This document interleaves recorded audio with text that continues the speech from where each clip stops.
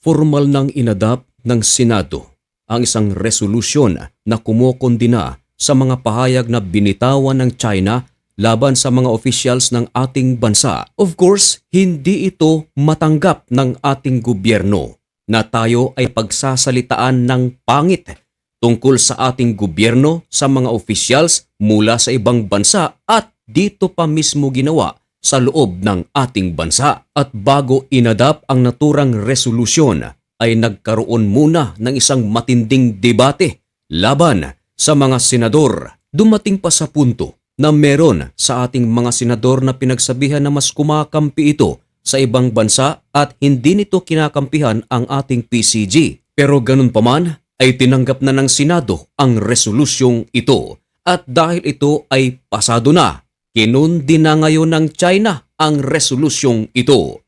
Yan ang ating pag-uusapan sa videong ito.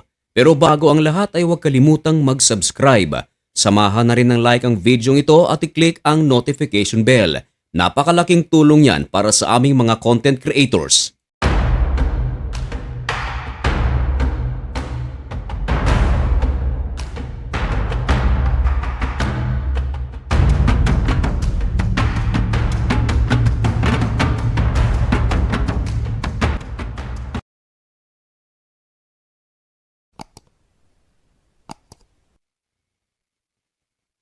Maligayang pagbabalik mga kaibigan. Kumusta kayong lahat? Ngayon ay February 11, 2026 at isang nagbabaga at napakabagong balita ang ating ihahatid sa inyo. Dako muna tayo mga kaibigan sa balitang lokal. Magbibigay tayo ng update sa kung ano na ang nangyayari sa loob mismo ng ating bansa.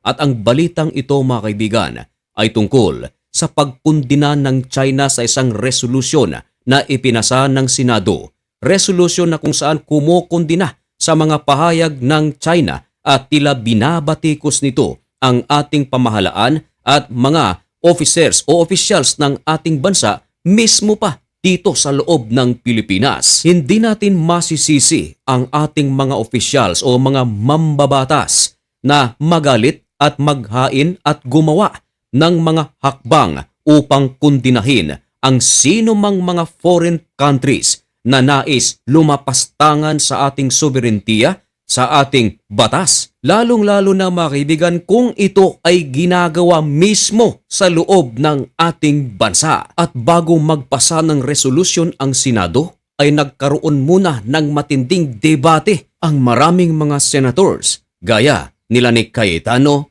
Pangilinan, maging ni Marcoleta. Kung dati ang debate ay sa pagitan ni Senator Pangilinan at Senator Rodante Marcoleta. Pero sa pagkakataong ito, matinding debate ang nangyari sa pagitan kay Alan Peter Cayetano at kay Pangilinan. Nagsimula ang lahat ng questionin ni Senator Alan Peter Cayetano kung dapat bang kampihan ang spokesperson to the West Philippine Sea na si J. Tariela kahit na gumawa ito ng picture na kung saan ipinapakita ang mukha dito ni Xi Jinping na ibang-iba o binago o pinangit o baka naman ipinapakita lamang mga kaibigan ni Tariela ang kanyang galit sa China. Ito ay isa sa mga bagay na kine-question ni Alan Peter Cayetano. Ayon kay Cayetano, nasa panig daw siya ni Tariela. Kung baga, suportado niya ang PCG. Suportado din niya ang ginagawa ng PCG sa pagpuprotekta sa ating pag-aari lalong-lalo na sa West Philippine Sea. Pero kung mali raw ang pamamaraan ay hindi raw kailangang kampihan ito. Sinabi pa nga ni Alan Peter Cayetano na kinakailangang humingi na lang ng tawad itong si Tariela o mag-resign. Dagdag pa ni Alan Peter Cayetano na ang Senado o ang Pilipinas ay hindi naman daw fraternity na kung magalit ang isa ay isasama ang buong bansa sa kanilang galit. Ayon kay Cayetano ay wala naman sanang problema kung sinabi lamang ni Tariela na I love the Philippines, I will fight for the Philippines, I will fight for our sovereignty. At nilabas ko ang picture na yan at hindi official yan. Wala na sanang problema. Pero hindi raw ganun ang nangyari at pangit daw yan para sa isang opisyal ng ating bansa.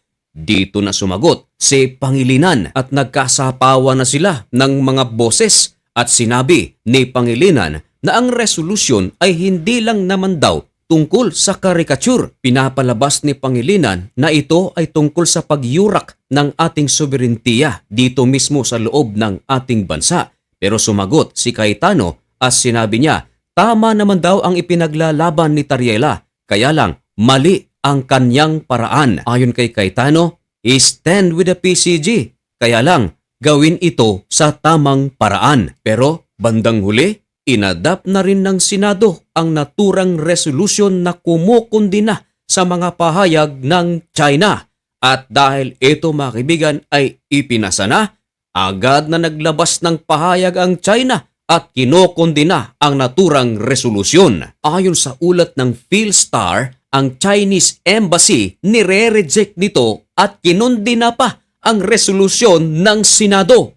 Ayon sa spokesperson ng Chinese Embassy na si Ji Lingping na ang naturang resolusyon ng Senado ay isang anti-China. Sinabi pa nito na kaunti lamang daw ang nalalaman ng mga senators tungkol sa kung paano kumikilos ang diplomasya. Pinapalabas mga kaibigan ng Chinese Embassy spokesperson na kung criticizing lamang ang pag-uusapan, ganon din daw ang mga Pilipino o ang mga officials ng Philippines nagkikriticize din daw ito sa kanilang bansa, lalong-lalo na sa pamamalakad sa West Philippine Sea. Pero sinasabi naman ng iba nating mga commenters, iba yun dahil ang ating mga officials ay kumukundina lamang sa aktwal na aksyon na ginagawa ng Chinese forces sa West Philippine Sea sa ating pag-aari at sa ating mga occupied area. Iba sa ginawa ng China dahil dito pa mismo ginawa ang pag-criticize sa loob mismo ng ating bansa. Kaya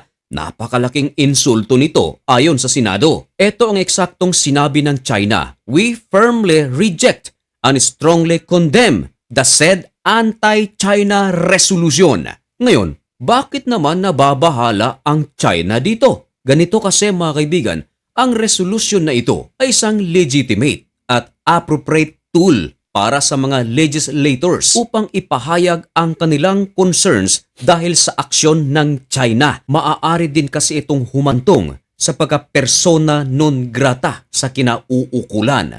Samantala mga kaibigan, sinabi naman ng China na no matter how many anti-China resolution ang gagawin ng Pilipinas, maging 10 man yan o maging 100, ay hindi raw yan makakapagpapahina sa laban nila sa move ng Pilipinas para sa West Philippine Sea. Nako mga kaibigan, ano ang inyong masasabi? Ano ang inyong opinyon tungkol sa isyong ito? Mga kaibigan, ipaalam ang inyong mga komento dyan sa comment section at malugod ko po iyang babasahin. At mga kaibigan, hanggang dito na lamang muna ang video ito. May God bless you and thank you so much for watching. Goodbye!